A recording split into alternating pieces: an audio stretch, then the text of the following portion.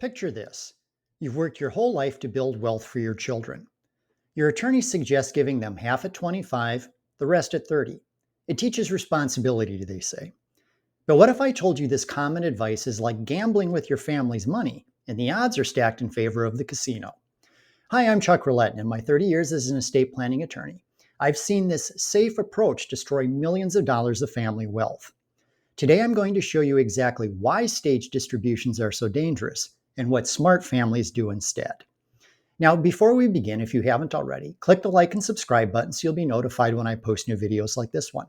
If you have a question, post it in the comments below and I may answer it in an upcoming video. And if you stay until the end, I'll share some resources where you can discover more. So here's the problem with staged distributions.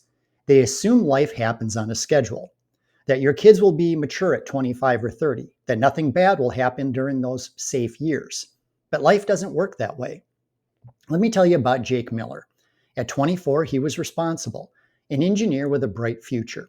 At 25, he got his first distribution of $400,000 from his trust.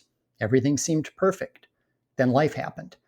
At 26, he married someone wonderful. By 28, his wife was making risky financial decisions. At 29, he discovered she had gambling debts. And at 30, he received his second $400,000 distribution from his parents' trust right as divorce proceedings began. The result? Jake lost $300,000 in the divorce settlement.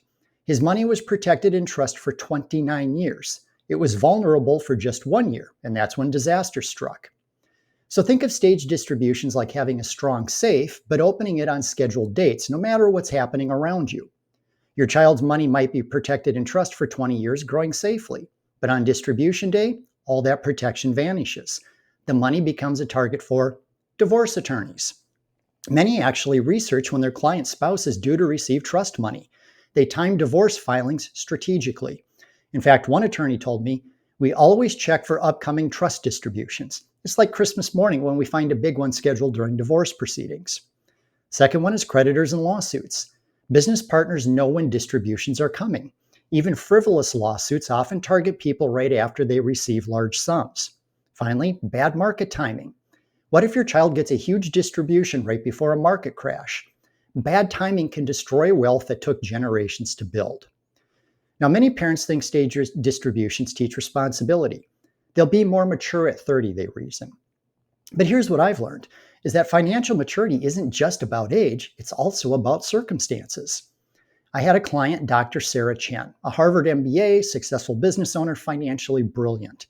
But when she got her trusted distribution at 35, she was also going through a difficult divorce, dealing with her mother's Alzheimer's, worried about her son's drug problem, and facing a business lawsuit. Even the smartest person can make poor decisions when life gets overwhelming. And life has a way of being overwhelming precisely when you can least afford it. So the wealthiest families learned long ago that the best protection is actually permanent protection. So instead of stage distributions, they use lifetime asset protection trusts. Here's how it works. Your children can access trust funds for anything they need: living expenses, education, health emergencies, home purchases, business investments.